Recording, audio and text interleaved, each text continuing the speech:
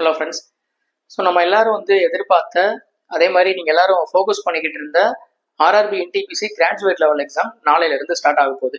ஓகேவா? ஸோ இதில் ஒரு சிலருக்கு பார்த்தீங்கன்னா எக்ஸாம் சென்டர் சேம் சிட்டியில் போட்டிருப்பாங்க, சிலருக்கு பார்த்தீங்கன்னா வேற சிட்டியாக இருக்கும். அதே மாதிரி ஒரு சிலருக்கு பார்த்தீங்கன்னா ஸ்டேட்டே வேற ஸ்டேட்டில் போட்டிருப்பாங்க.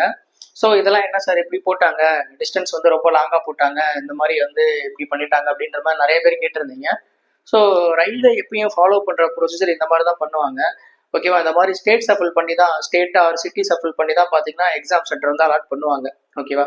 ஸோ லாஸ்ட் டைம் தான் பார்த்தீங்கன்னா மோஸ்ட்லி பார்த்தீங்கன்னா நிறைய பேருக்கு சேம் சிட்டியில் விழுந்துச்சு, அல்லது தமிழ்நாட்டுக்குள்ளேயே பக்கத்து சிட்டி இந்த மாதிரி ஒரு கொஞ்சம் தூரம் தான் டிஸ்டன்ஸ் இருக்கிற மாதிரி தான் போட்டிருந்தாங்க. பட் அதுக்கு முன்னாடிலாம் பார்த்தீங்கன்னா என்டிபிசி எக்ஸாமை பொறுத்த வரைக்கும் பார்த்தீங்கன்னா ஸ்டேட் விட்டு ஸ்டேட்டு தான் போட்டிருந்தாங்க. இப்போ தமிழ்நாட்டில் இருக்கவங்களுக்கு பார்த்தீங்கன்னா கேரளா, கர்நாடகா, ஆந்திரா இந்த மாதிரி போட்டிருந்தாங்க. பீகார்ல இருக்கவனுக்கு தமிழ்நாடு போட்டிருந்தாங்க. இந்த மாதிரிலாம் சஃப்லிங்ல இருந்துச்சு. ஸோ அப்போ அவங்க கொடுத்த எக்ஸ்பிளனேஷன் என்ன அப்படின்னாக்கா, இந்த மாதிரி மால் ப்ராக்டிஸ் நடக்கிறத அவாய்ட் பண்ணோம் அப்படின்ற பர்பஸ்க்காக தான் இந்த மாதிரி ஸ்டேட் சஃபில் பண்ணி எக்ஸாம் சென்டர் அலாட் பண்றோம் அப்படின்ற மாதிரி சொல்லியிருந்தாங்க. ஓகேவா? ஸோ அது ஒரு நல்ல ஒரு வேலிடான பாயிண்ட் தான். பட் நமக்கு என்ன ஒண்ணுன்னா, நமக்கு சேம் சென்டர்லேயே போட்டாங்கன்னா நம்ம தமிழ்நாட்டை பொறுத்த வரைக்கும் பிரச்சனை இல்லை. அங்கே நார்த்ல நிறைய ஃபோர்ஜரி நடக்குது, அவங்களே பார்த்தீங்கன்னா நிறைய பேர் ஹெல்ப் பண்றாங்க அப்படின்ற காரணத்துக்காக தான் என்ன பண்ணாங்கன்னா சஃபில் பண்ணி எக்ஸாம் சென்டர் அலாட் பண்ணாங்க. பட் இந்த டைம் பார்த்தீங்கன்னா கொஞ்சம் பேருக்கு லோக்கல்ல விழுந்திருக்கு, கொஞ்சம் பேருக்கு பார்த்தீங்கன்னா இந்த மாதிரி மாற்றி போட்டிருக்காங்க. ஸோ இது நார்த்லேயும் இதே மாதிரி நடந்துச்சுன்னா உண்மையிலே நல்ல ஒரு விஷயம் தான். ஓகேவா? ஸோ அதனால போட்ட சிட்டியை நம்ம மாற்ற முடியாது. அதனால சிட்டி எங்கே போட்டாலும் சரி, ஒன் டே சிரமம் பார்க்காம போய் எழுதிட்டு வந்துருங்க. அதே மாதிரி எக்ஸாம் சென்டருக்கு 1 hour ப்ரியராகவே நீங்கள் முன்னாடி போகிறது நல்லது.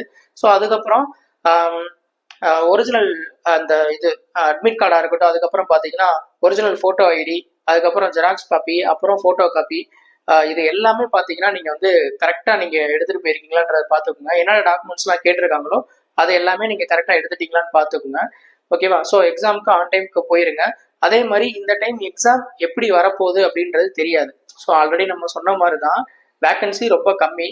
ஸோ பட் இந்த டைம் கொஷின் லெவல் ஸ்டாண்டர்டாக இருக்குமா, அல்லது ஈஸியாக கேட்டு கட் ஆஃப்ல அவங்க ஏதாவது செய்ய போறாங்களான்றது எதுவுமே நமக்கு தெரியாது. நாளைக்கு எக்ஸாம் நடந்தால் மட்டும்தான் நமக்கு தெரியும். நாளைக்கு இதோட பேப்பரை பார்த்ததுக்கு அப்புறம் தான் என்ன மாதிரிலாம் ஃபாலோ ஆக போகுது, எது எல்லாம் இம்பார்ட்டன்ஸ் கொடுத்துருக்காங்க அப்படின்றதெல்லாம் நாளைக்கு தான் தெரிய போகுது. அதனால ஸோ ஃபர்ஸ்ட் டே எழுதுறவங்க பதட்டப்படாம போய் எழுதிட்டு வாங்க. அதுதான் உங்களுக்கு மார்க்கும் அவங்களுக்கு பூஸ்டப் பண்ணி கொடுக்கும். இன்னொன்று பார்த்தீங்கன்னா ஒரு பதட்டம் இல்லாமல் நீங்கள் கூலாக நீங்கள் எழுதிட்டு வர முடியும். ஸோ அது ஒன்று. அதுக்கப்புறம் பார்த்தீங்கன்னா லாஸ்ட் டைம் என்டிபிசி எக்ஸாம் நடந்தப்ப பார்த்தீங்கன்னா அந்த எக்ஸாமில் நடந்த கொஷின்லாம் பார்த்தீங்கன்னா நம்ம அனலைஸ் பண்ணி வீடியோஸ் போட்டுட்டு இருந்தோம். அதெல்லாம் பார்த்தீங்கன்னா அடுத்தடுத்த ஷிஃப்ட்ல உள்ளவங்களுக்குலாம் நிறைய கொஷின் வந்துருச்சு, ரொம்பவே யூஸ்ஃபுல்லாக இருந்துச்சுன்ற மாதிரி சொன்னாங்க. அதே மாதிரி ஸோ இந்த டைமும் பார்த்தீங்கன்னா அனலிசிஸ் வீடியோ நான் கண்டிப்பாக போடுவேன். அதாவது ஒவ்வொரு நாள் நடக்கிறதும் பார்த்தீங்கன்னா இப்போ நாளைக்கு நடக்குதுன்னா ஸோ அந்த 3 ஷிஃப்ட்டையுமே கம்ப்ளீட்டாக அனலைஸ் பண்ணி போட்டாக்கா அப்கமிங்ல வர ஷிஃப்ட்டுக்கு கண்டிப்பாக அது யூஸ்ஃபுல்லாக இருக்கும். அதுலேருந்து கொஷின் ஷியூராக வரும். ஸோ அதை கொஞ்சம் கோத்ரூ பண்ணிட்டு போனீங்கன்னா அப்கமிங் ஷிஃப்ட்ல வரவங்களுக்கு கண்டிப்பாக அது பெனிஃபிட்டாக இருக்கும். ஸோ அதுவும் நான் ஃபாலோ பண்ணலான்றீங்க. அது நீங்கள் கரெக்டாக அதை யூட்டிலைஸ் பண்ணிக்கோங்க. ஓகேவா? ஸோ இதுதான் மெயினாக சொல்ல வந்தேன். ஓகேவா? ஸோ எக்ஸாம் பதட்டப்படாமல் எழுதுங்க.